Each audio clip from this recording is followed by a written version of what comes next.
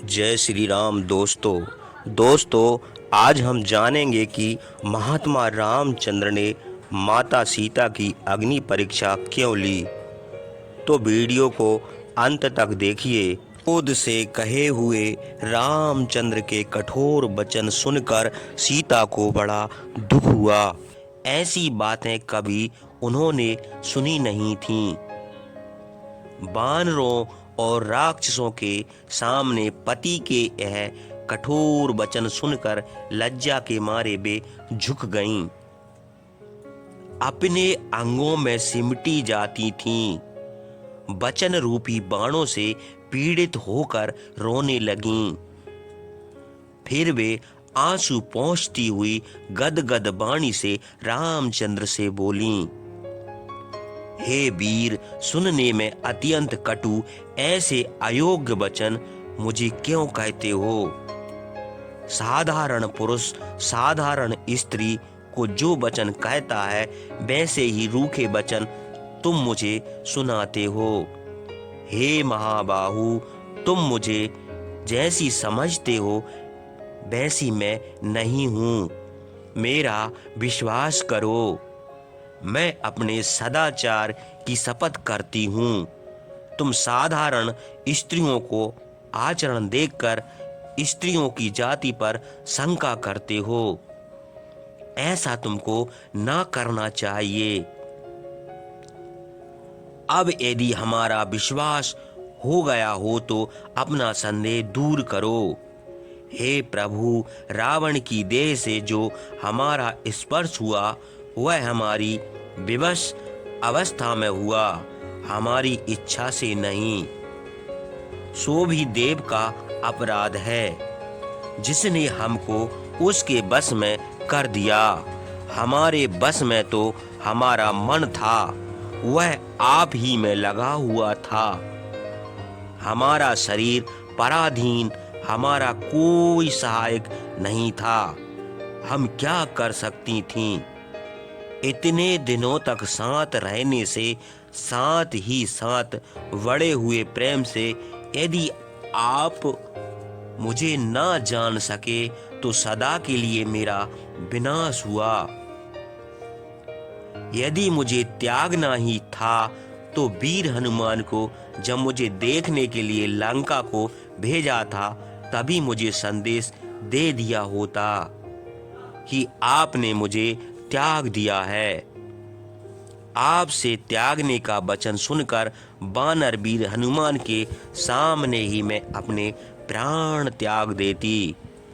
आपको और आपके सुहृदय को राक्षसों से संग्राम करने का वृथा परिश्रम और कलेश क्यों होता। महाराज, साधारण मनुष्य के समान क्रोध के बस में होकर आपने मुझे भी साधारण स्त्री समझ लिया। आपने मेरे चरित्र को नहीं समझा। मैं जनक की पुत्री हूँ, पृथ्वी से उत्पन्न हुई हूँ, जिसका भी आपने विचार नहीं किया। बाल्य अवस्था में ही आपके साथ मेरा विवाह हुआ, तब से मैं आपके साथ रह रही हूँ। मेरा प्रेम और स्वभाव आप जानते हैं, किंतु उसका भी आपने ध्यान नहीं दिया। रो रो कर गदगद वाणी से इस प्रकार कहती हुई सीता ने चिंता करते हुए दुखित लक्ष्मण से कहा, लक्ष्मण, चिता बनाओ, वही इस दुख की औषध है। मिथ्या अपवाद से मेरा अपमान किया गया, अब मैं जीवित नहीं रहना चाहती। पति ने मेरे गुणों से अप्रसन्न होकर सबके सामने मुझे त्याग दिया है, इसलिए मैं अग्नि में प्रवेश करूंगी, क्योंकि मेरा विश्वास दिलाने के लिए अग्नि ही योग गति है। सीता के यह कहने पर शत्रुओं का विनाश करने वाले लक्ष्मण बातों को ना सह सके। वे रामचंद्र की ओर देखने लगे। रामचंद्र की आकृति से उनका अभिप्राय समझकर और उनकी सम्मति से लक्ष्मण ने चिता बनाई। उस समय रामचंद्र का रूप कालांतक यम के समान हो गया था। उनका कोई सुहृदय न उनको समझ सका, न उनसे कुछ बोल सका और न उनकी ओर देख सका। वे सिर झुकाए बैठे थे। सीता उनकी प्रदक्षिणा करके प्रज्वलित अग्नि के समीप गईं। हाथ जोड़कर देवताओं और ब्राह्मणों को प्रणाम करके अग्नि के समीप खड़ी होकर बोलीं, अग्नि सब लोगों के साक्षी हैं। यदि मेरा मन रामचंद्र के सिवा अन्य किसी में न जाता हो तो अग्नि सब ओर से मेरी रक्षा करे। मुझे सदाचारणी को रामचंद्र दुष्टा समझते हैं, उसकी साक्षी अग्नि है। यदि मेरा चरित्र शुद्ध है तो अग्नि सब ओर से मेरी रक्षा करें। यह कहकर सीता अग्नि की प्रदक्षिणा करके जलती हुई चिता में निसंक प्रवेश कर गईं। सीता को बाल, वृद्ध और युवा सभी ने अग्नि में प्रवेश करती हुई देखा। तपाए हुए सुवर्ण के रंग की सीता तपाए हुए सुवर्ण के आभूषण पहने जलती हुई चिता में सबके सामने कूद पड़ी। सुवर्ण की वेदों के समान प्रकाशित विशालाक्ष सीता को अग्नि में कूदती हुई सब लोगों ने देखा। देवता, गंधर्व और ऋषियों ने भी प्रज्वलित अग्नि में पूर्ण आहुति के समान गिरती हुई सीता को देखा। मंत्रों में अभिमंत्रित वसुधरा के समान सीता को अग्नि में कूदती हुई देखकर स्त्रियां चिल्लाने लगीं। देवता, गंधर्व और दानव ने भी साप के बस नरक में गिरती हुई देवी के समान सीता को अग्नि में प्रवेश करते हुए देखा। सीता को अग्नि में प्रवेश करते देखकर राक्षस और बानर हाहाकार करने लगे। उनके चिल्लाने का बड़ा अद्भुत शब्द हुआ। बानरों और राक्षसों का हाहाकार सुनकर रामचंद्र उदास हो गए। उनकी आंखों में आंसू भर आए। थोड़ी देर तक चिंता करते रहे। उसी समय कुबेर पितरों के साथ यमराज, सहस्त्राक्ष, इंद्र, जल के स्वामी वरुण, वृषभ ध्वज महादेव, सब लोगों के कर्ता ब्रह्मा, ये सब देवता सूर्य के समान चमकते हुए अपने अपने विमानों पर चढ़ कर लंका में रामचंद्र के पास आए। देवताओं को देखकर रामचंद्र हाथ जोड़कर खड़े हो गए। देवताओं ने आभूषण से शोभित लंबी भुजाओं को उठाकर रामचंद्र से कहा, आप सब लोगों के कर्ता हैं, ज्ञानियों में श्रेष्ठ और सबके स्वामी हैं। फिर आप अग्नि में प्रवेश करती हुई सीता की उपेक्षा क्यों करते हैं? आप देवताओं में श्रेष्ठ हैं, क्या आप अपने स्वरूप को नहीं जानते? वासुओं में प्रथम वसु ऋतुधामा आप ही हैं। तीनों लोकों के आदिकर्ता आप ही हैं। प्रजापति स्वयंभू आप हैं। रुद्रों में 8 रुद्र, साध्यों में 5 साध्य आप ही हैं। आप विराट रूप हैं। अश्विनी कुमार आपके कान और सूर्य चंद्रमा आपके नेत्र हैं। दृष्टि की आदि, मध्य और अंत में केवल आप ही विद्यमान रहते हैं। हे परंतम, फिर साधारण पुरुष के समान आप सीता की उपेक्षा क्यों करते हैं? लोकपालों के यह कहने पर सब लोगों के स्वामी धर्मात्माओं में श्रेष्ठ रामचंद्र ने कहा, हम तो अपने को मनुष्य समझते हैं, महाराज दशरथ के पुत्र हैं, किंतु हम जो कुछ हो और जहाँ से आए हो वहाँ सब आप बताइए। रामचंद्र के ये वचन सुनकर ब्रह्मा ने उत्तर दिया, सत्य पराक्रम हमारे सत्य वचन सुनो। आप साक्षात नारायण हैं, चक्र धारण करते हैं और सब कुछ करने में समर्थ हैं। आप अपनी इच्छा से एक श्रृंग वाराह का अवतार लेते हैं। भूत भविष्य वर्तमान सब कालों में शत्रुओं का विनाश करते हैं। आप सत्य अविनाशी ब्रह्म हैं। आपका आदि मध्य और अंत नहीं है। सब लोकों के परम धर्म आप ही हैं। विश्व कसेन चतुर्भुज आप ही हैं। सारंगधर हर्षिकेश परसोत्तम पुरुष अजेत खड़ंगद्रक विष्णु कृष्ण बृहद्वल सेनानी ग्रामणी आदि आपके नाम हैं। बुद्धि क्षमा और दम सब कुछ आप ही हैं। जगत की उत्पत्ति और प्रलय के स्थान आप ही हैं। उपेंद्र और मधुसूदन आप ही हैं। आप महेंद्र और पद्मनाभ हैं।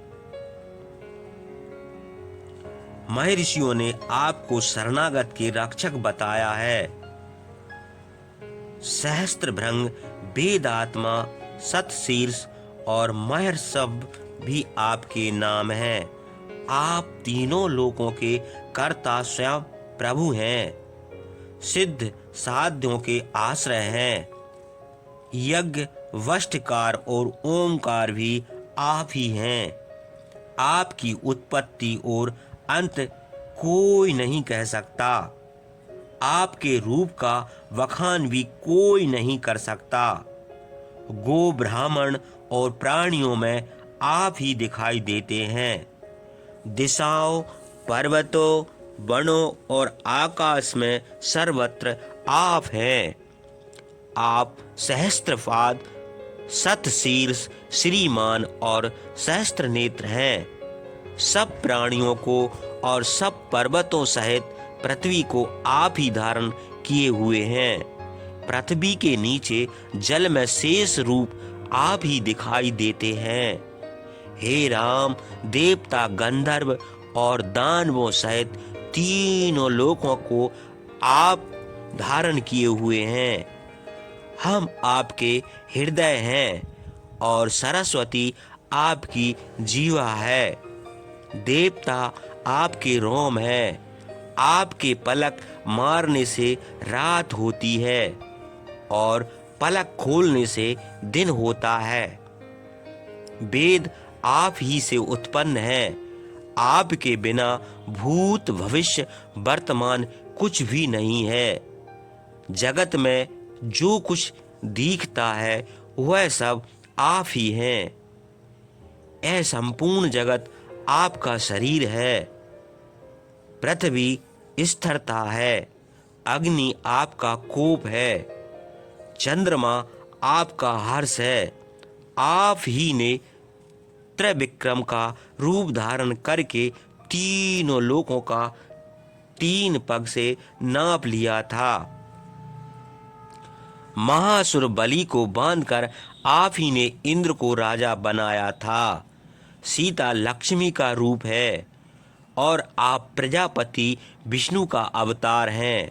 रावण का वध करने के लिए मनुष्य का रूप धारण करके पृथ्वी पर आए हैं। हे धर्मात्माओं में श्रेष्ठ रामचंद्र, रावण का वध करके आपने हम लोगों का कार्य किया है। अब आप देवलोक को चलिए। हे देव, आपका बल वीर्य पराक्रम निष्फल नहीं होता। आपकी स्तुति और आपका दर्शन भी निष्फल नहीं होता। जो लोग आपके भक्त हैं वे भी कभी निष्फल नहीं होते। आपके भक्तों के सब मनोरथ इस लोक में और परलोक में भी सफल होते हैं। इस पुरातन अस्त्र स्रोत को जो लोग पढ़ेंगे वे जन्म और मरण से मुक्त होकर मोक्ष पद को प्राप्त करेंगे। ब्रह्मा के यह शुभ वचन सुनकर अग्निदेव मूर्ति धारण करके सीता को गोद में लिए हुए उस चिता से निकल आए। चिता में प्रवेश करते समय सीता का जैसा स्वरूप था वैसा ही रूप अग्निदेव की गोद में सब लोगों ने देखा। वे तपाए हुए सोने के आभूषण पहने थीं, लाल वस्त्र धारण किए थीं, काले कुंचित उनके केस थे, उनकी माला और आभूषण मलिन नहीं हुए थे। उनकी देह की कांति प्रातः काल के सूर्य के समान थी। सब लोगों के साक्षी मूर्तिमान अग्नि ने गोद में सीता को लेकर रामचंद्र को दे दिया और उनसे कहा, हे राम, यह सीता आपकी है। मन से, वचन से, बुद्धि से अथवा दृष्टि से किसी प्रकार का भी पाप इन्होंने नहीं किया। इनका चरित्र शुद्ध है। इस सदाचारी ने आपकी सिवा और किसी में मन नहीं लगाया। आपकी अनुपस्थिति में बलवान राक्षस रावण इनको निर्जन वन से हर ले गया। यह बेचारी विवश थी। उसने अंतःपुर में बंद कर लिया था। भयानक राक्षसियां इसकी रखवाली करती थीं, किंतु इसका चित्त सदा आप ही में लगा रहा। अनेक प्रलोभन देने पर, बहुत धमकाने पर, डांटने पर भी आप में मन लगाए हुए इस सदाचारणी ने उस राक्षस को आंख उठाकर देखा तक नहीं, उसे तृण के बराबर भी नहीं समझा। हे रघुनंदन, पाप रहित विशुद्ध चरित्र वाली सीता को ग्रहण करो। अब इसे कुछ ना कहो। आपको हम यह आज्ञा देते हैं। अग्नि के यह वचन सुनकर हर्ष के मारे रामचंद्र की आंखों में आंसू भर आए। थोड़ी देर तक कुछ सोचते रहे, उत्तर न दे सके। वे देवताओं में श्रेष्ठ अग्निदेव से बोले, सीता अवश्य ही पाप रहित है। इनके समान पवित्र और कोई स्त्री तीनों लोकों में नहीं है। रावण के अंतःपुर में ये बहुत दिनों तक रही हैं, इसलिए इनको शुद्ध किए बिना यदि हम ग्रहण कर लेते तो सब लोग हमको यही कहते कि दशरथ का पुत्र राम कामी और मूर्ख है। हम भी जानते हैं कि जनक नंदनी सीता सदा हमारे अनुकूल रही है और हम ही में मन लगाए रहती थी। हमने लोगों के विवश और विश्वास के लिए अग्नि में प्रवेश करती हुई उनकी उपेक्षा की है। अपने तेज से अपनी रक्षा स्वयं करती हुई इस विशालाक्षी का रावण कुछ नहीं बिगाड़ सकता था। जैसे समुद्र मर्यादा का अतिक्रम नहीं कर सकता, वह दुष्ट मन से भी सीता को नहीं प्राप्त कर सकता था। जैसे जलती हुई आग की शिखा को कोई छू नहीं सकता, रावण के अंतःपुर में रहने से इनमें किसी तरह का दोष नहीं है, क्योंकि ये हमारी अनन्य भक्त हैं। इनका और हमारा संबंध सूर्य और प्रभा के समान है। फिर आप लोगों की आज्ञा का पालन करना हमारा अवश्य कर्तव्य है, क्योंकि आप लोग लोकपाल हैं और हमारे हित की बात कहते हैं। देवताओं ने विजयी महाबली रामचंद्र के कामों की इस प्रकार प्रशंसा की, उनको बड़ा हर्ष हुआ और सीता को अपने पास बैठाकर उन्होंने बड़े सुख का